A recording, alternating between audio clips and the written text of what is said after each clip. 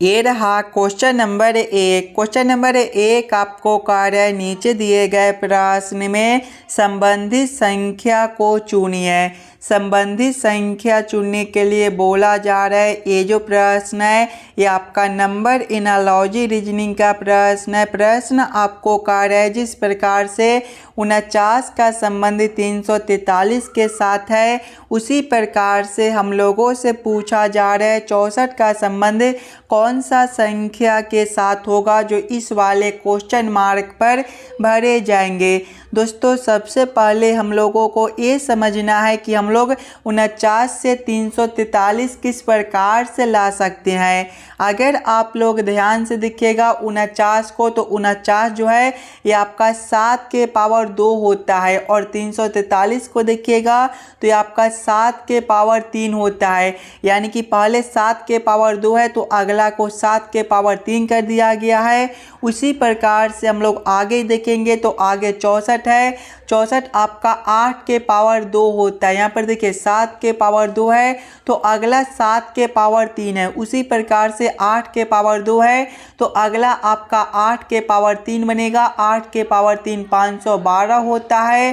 512 option number A में दिया गया है, जो कि आपका सही उत्तर हो जाएगा। इस वाले क्वेश्चन मार्क पर आपका 512 भरा जाएगा। चलिए अगले प्रश्न की ओर हम लोग चलेंगे, क्वेश्चन नंबर 2 की ओर। ये रहा क्वेश्चन नंबर 2। क्वेश्चन नंबर 2 आपको कार्य नीचे दिए गए प्रश्न में संबंधित शब्द को चुनिए। ये भी प्रश्न आपका एनालॉजी का ही प्रश्न है। प्रश्न आपको कार्य है जिस प्रकार से औषधि का संबंध रोगी के साथ है, उसी प्रकार से हम लोगों से पूछा जा रहा है शिक्षा का संबंध कौन सा शब्द के साथ होगा, जो इस वाले क्वेश्चन मार्क पर भरे जाएंगे। अगर आप लोग ध्यान से देखिएगा मेरे भाई, तो औषधि जो है वो रोगी को प्रदान किया जाता है, उसी प्रकार से शिक्षा जो है वो आपका छात्र को प्रदान किया जाता है। यानी कि इस वाले क्वेश्चन मार्क पर जो है वो आपका छात्र भरा जाएगा। छात्र ऑप्शन नंबर सी में दिया गया है, जो कि आपका सही उत्तर बनता है। चलिए अगले प्रश्न की ओर हम लोग चलेंगे, क्वेश्चन नंबर 3 की ओर। ये रहा क्वेश्चन नंबर 3। क्वेश्चन नंबर 3 आपको कार्य नीचे दिए गए प्रश्न में लुप्त संख्या ज्ञात करें। ये जो प्रश्न है ये आपका मिसिंग नंबर से रिलेटेड प्रश्न है। यहाँ पर आपका एक क्वेश्चन मार्क दिया गया है। इस वाले क्वेश्चन मार्क पर कौन सा संख्या भरा जाएगा ये आप लोगों से पूछ रहा है। जब भी आपको इस प्रकार के प्रश्न देखने को मिले तो ऐसे प्रश्न को मेरे भाई 2 तरीके से हम लोग सॉल्व करने की कोशिश कर सकते हैं। या तो प्रश्न को हम लोग इस वाले लाइन से सॉल्व करने की कोशिश करेंगे, या फिर प्रश्न को हम लोग इस वाले लाइन से सॉल्व करने की कोशिश करेंगे। अगर आप लोग ध्यान से देखिएगा इस वाले प्रश्न को, तो नीचे की ओर से देखिए बड़ा बड़ा संख्या दिया गया है। 42 है, 68 है और 92 है। यानी कि ऐसे प्रश्न को पहले हम लोग इस वाले लाइन से सॉल्व करने की कोशिश करेंगे।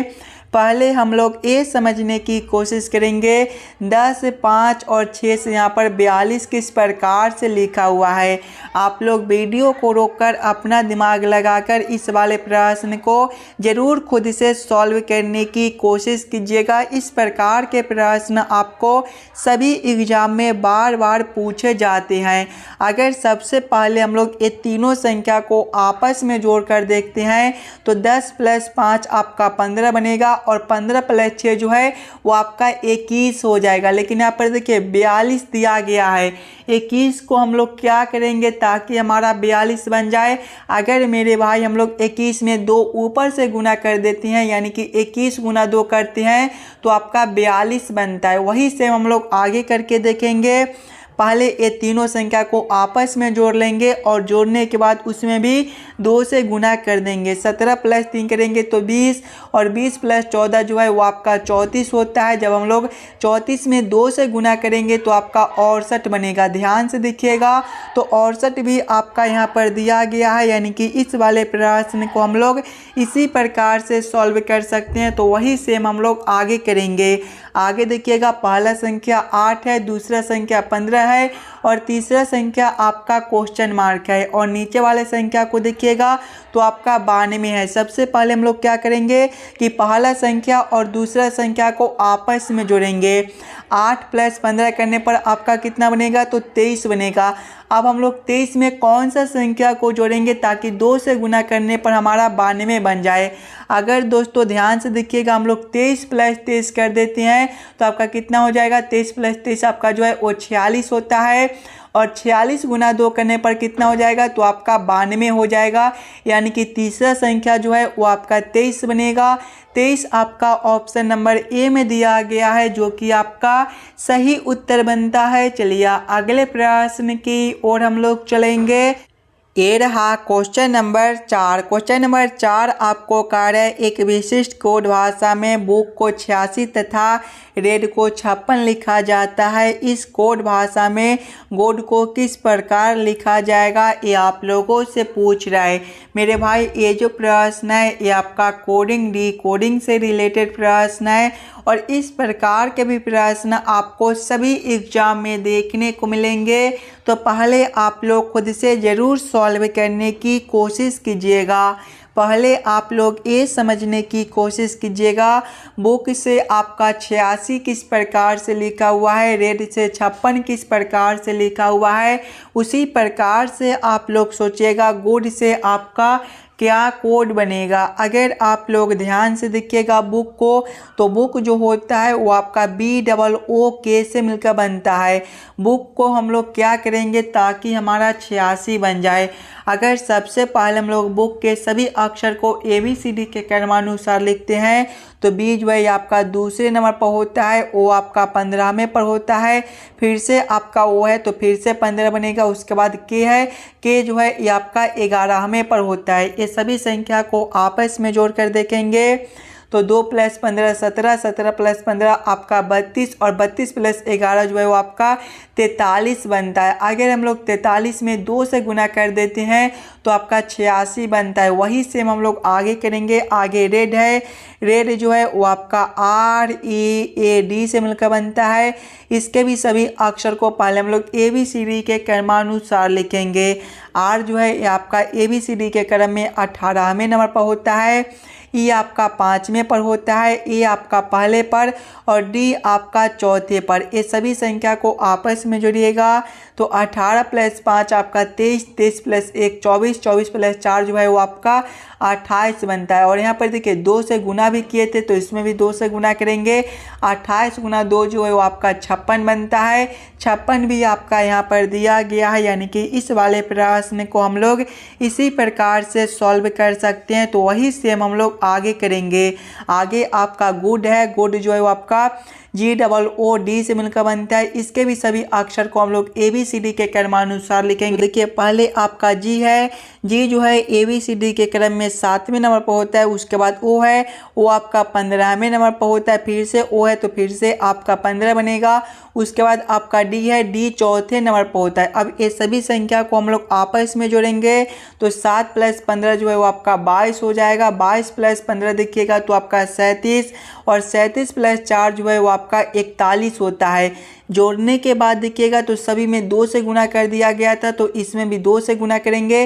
41 × 2 जो है वो आपका 82 बनेगा। 82 ऑप्शन नंबर बी में दिया गया है, जो कि आपका सही उत्तर हो जाएगा। चलिए अगले प्रश्न की ओर हम लोग चलेंगे, क्वेश्चन नंबर 5 की ओर। ये रहा क्वेश्चन नंबर 5। क्वेश्चन नंबर 5 आपको कार्य है नीचे दिए गए प्रश्न में विषम संख्या युग्मों को पहचान करें। यहाँ पर 4 ऑप्शन दिया गया है। ये चारों ऑप्शन में सबसे अलग ऑप्शन कौन सा दिया गया है ये आप लोगों से पूछ रहा है।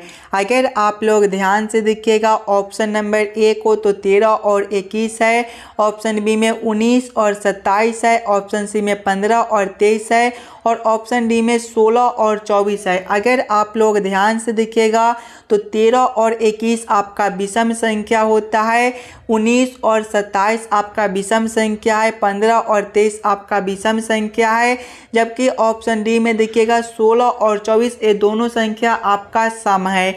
यानी कि सबसे अलग ऑप्शन आपका डी बनता है।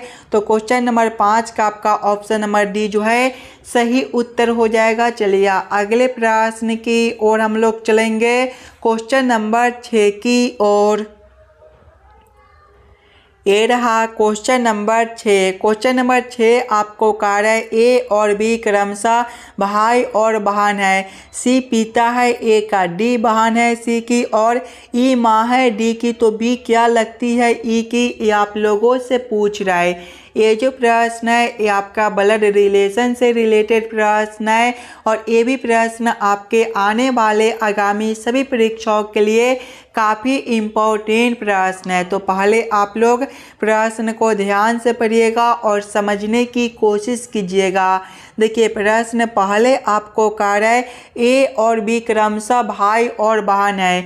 दोस्तों भाई और बहन जो होता है एक ही पीढ़ी का होता है, यानी कि ए और बी को हम लोग कहाँ रखेंगे तो ए और बी को हम लोग सामने सामने रखेंगे।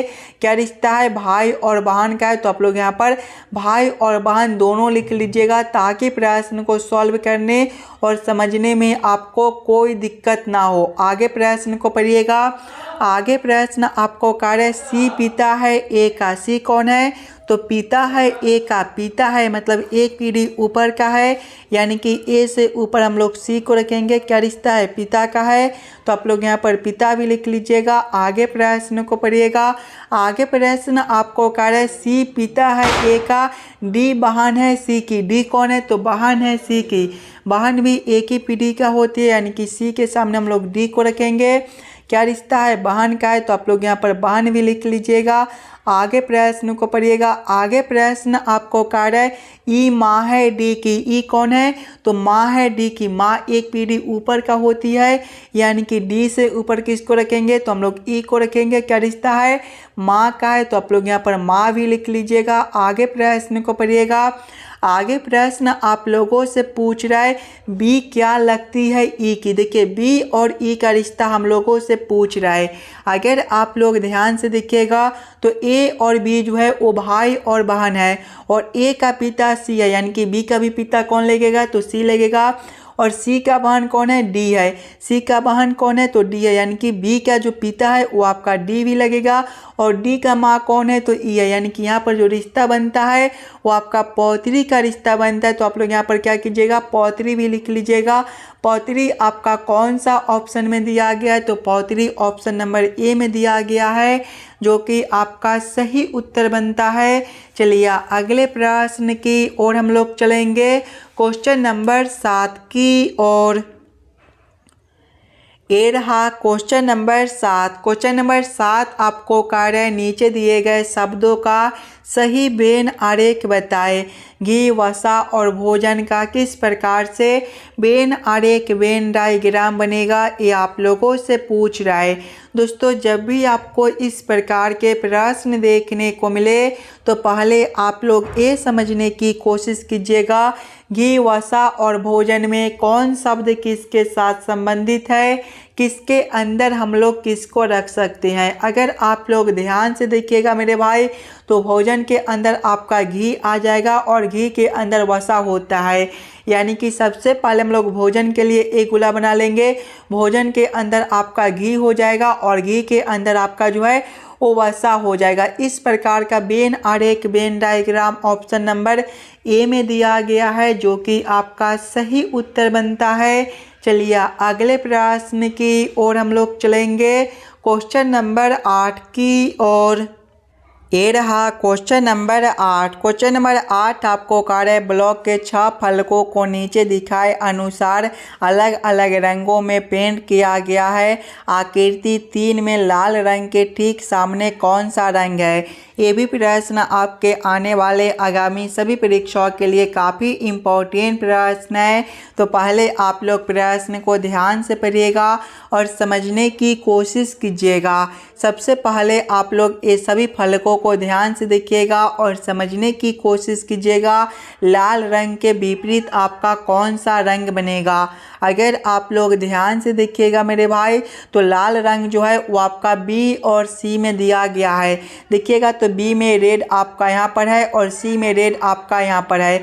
अब रेड के बगल वाले रंग को देखिएगा तो इसमें देखिएगा तो आपका जो है वो बगल वाला रंग आपका पिंक और ब्लैक है और इसमें देखिएगा तो ब्लू और आपका येलो है।